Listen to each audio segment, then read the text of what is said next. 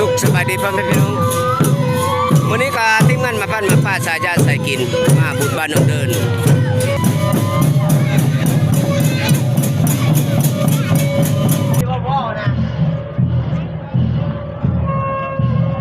ตอนนี้กำลัง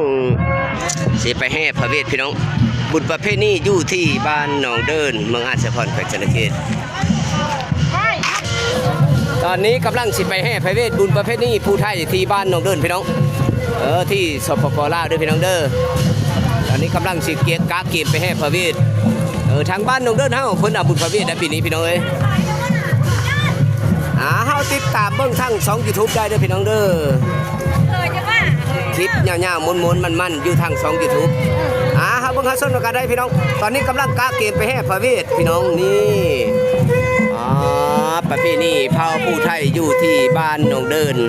เมืองอาจพรแขวงชนเขตพี่น้องที่สปป.ลาวได้พี่น้องเอ้ยอันนี้กำลังหามช้างหามม้าได้นี่ก็ช้างใหญ่เด้โยโต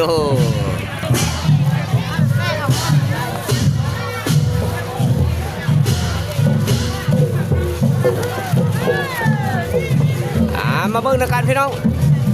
บุญประเพณีที่บ้านหนองเดิน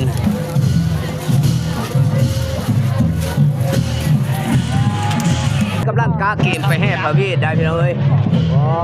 ไอ้นุ่มรอเฮา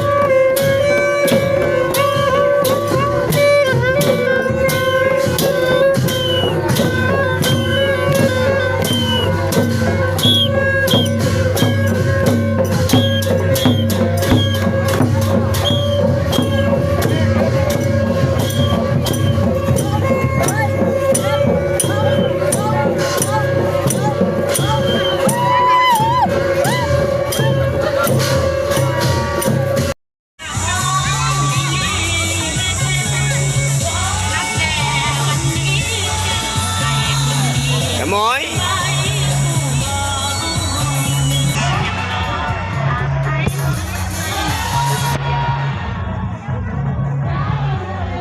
ละมอยอี